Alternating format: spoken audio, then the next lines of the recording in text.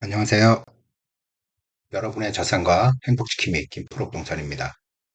오늘은 여러분들이 좀 관심이 많을 재개발, 재건축 많이 들어보셨죠? 근데 재개발, 재건축 관련해가지고 제대로 좀 정리가 안 되시는 것 같아요. 거의 비슷한 거 아니냐에 대해서 비슷하게 보시는 분들이 있는데 내가 재건축에 투자하느냐, 재개발에 투자하느냐는 여러 차이가 있을 수 있습니다.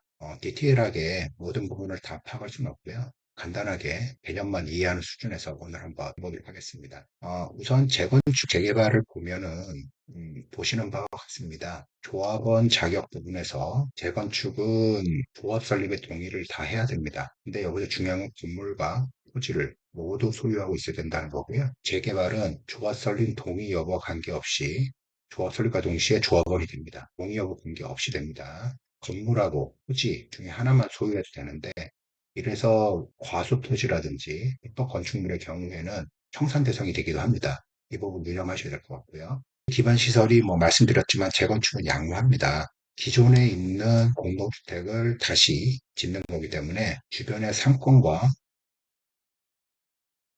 여러 양호한 기반 시설들이 있고요. 재개발은 역시나 낙후된 지역에서 열악한 환경에서 하는 거기 때문에 굉장히 낙후되어 있습니다. 기반 시설 기부 체납도 재개발에 비해서 적습니다. 대신 재건축에 비해서 재개발은 기반 시설의 기부 체납은 많습니다. 뭐 그렇지만 이게 시라든지 국가의 소유가 되기 때문에 특별하게 없어지는 건 아니고요. 나의 소유가 아닐 뿐이다라고 보시면 되고 대략 기존의 기반 시설보다는 굉장히 양호한 시설로 바뀔 가능성이 큽니다. 그리고 뭐 세입자 주거 이주비 및 상가 영업 보상비에 관련해서 재건축은 자기들이 자기의 땅에다가 건물을 새로 짓는 거기 때문에 이땅 이주비라든지 상가 영업비 보상비는 따로 없고요. 재개발의 경우에는 열악한 환경에 사는 분들이 많기 때문에 주거 이주비라든지 상가에 영업하는 분에 대해서 보상비가 있습니다. 그래서 이쪽에 해당 부분에 상가를 투자하는 부분의 경우에도 상가 영업비 보상이 있을 수 있습니다. 그리고 이주비들도 있을 수 있으니까요. 이 부분도 확인하시고요. 안전진단 실시 여부입니다. 아까 말씀드린 대로 있는 집을 부수고 다시 짓는 거기 때문에 기한이 있습니다. 30년 이상의 기간이 지나거나 안전진단 등급 이하로 일 경우에 가능합니다. 그렇지만 재개발은 전체로 구역 전체를 새로 열악한 환경을 양호한 환경으로 바꾸기 위해서 하는 거기 때문에 안전진단 실시는 하지 않습니다. 임대주택 건설 의무가 있는데요.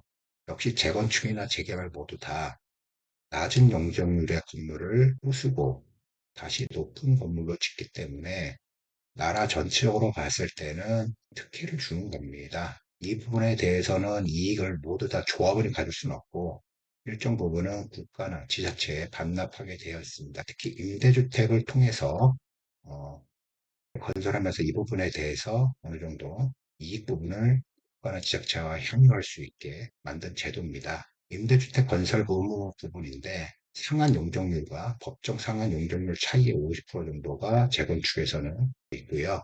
재개발은 전체적으로 서울은 10에서 20%, 서울, 경기, 인천은 5에서 20%, 지방은 5에서 12%고 지자체별로 특성이 있으니까 이거 확인해 보시면 될 것 같습니다.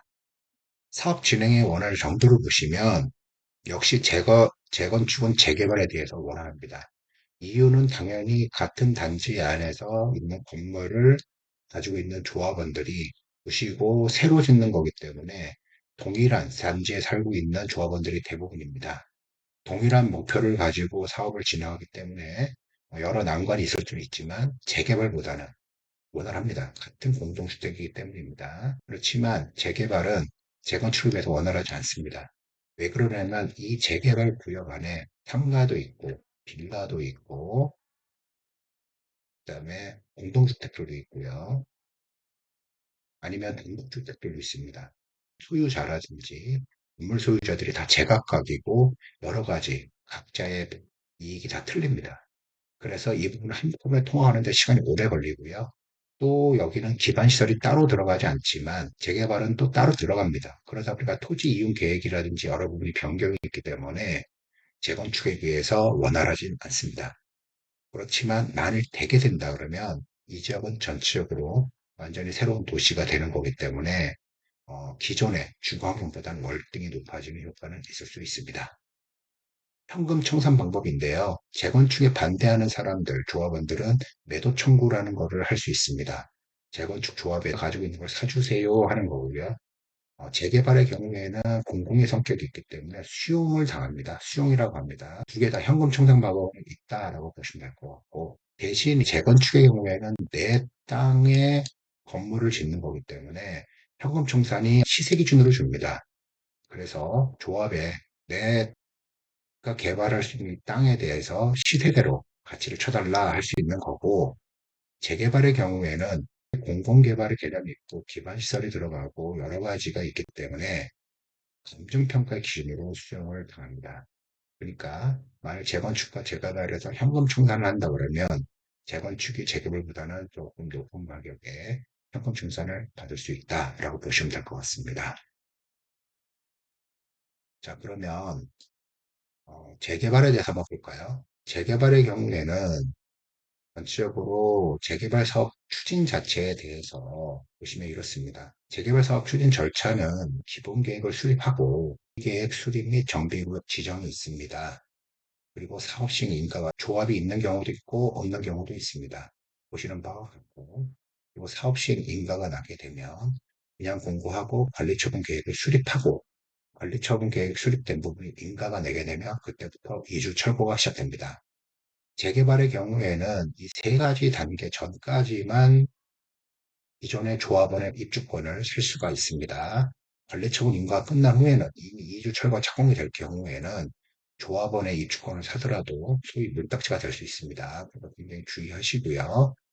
이전 고시 및 청산 후에 어, 사는 방법도 있으니까 이 부분에 대해서는 검토하십시오.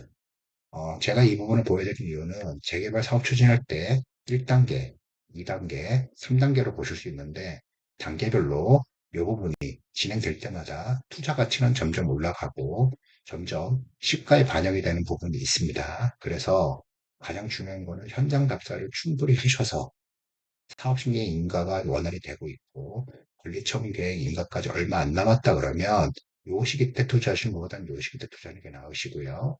아예 내가 그 점에 대해서 전문가다 아니면 정말 잘 알고 있다 그러면 정비계획 수립 및 정비계획 지정 단계부터 투자를 하셔도 될 것 같습니다. 전축으로 이렇게 진행이 된다는 말씀을 드리겠고요. 마지막으로 하나 말씀드리면은 재개발이 무조건 좋은 건 아닙니다. 일례로 한남 뉴타운 재개발 구역이 지금 현재 이주가 시작되고 있거든요. 근데 이 부분을 보시면 이명박 서울시장 때 2003년도에 한남 뉴타운 재개발 구역이 지정이 됐습니다. 그런데 이 구역이 가장 빠름에도 불구하고 관리처분 인가가 끝나고 나서 이제서야 주민 이주가 시작됐습니다. 그러니까 재개발은 내가 잘 모르는 전문가가 없는 지역에서 투자를 결정하시게 되면 재건축보다 더 오래 걸릴 수 있으니까 확인하시고 하시기 바랍니다. 마지막으로 김프로와 함께 임장 같이 다녀보시면 어떨까요? 항상 경청 부탁드리도록 하겠습니다. 언제나 여러분의 부동산과 자산 지킴이 김프로 부동산이었습니다.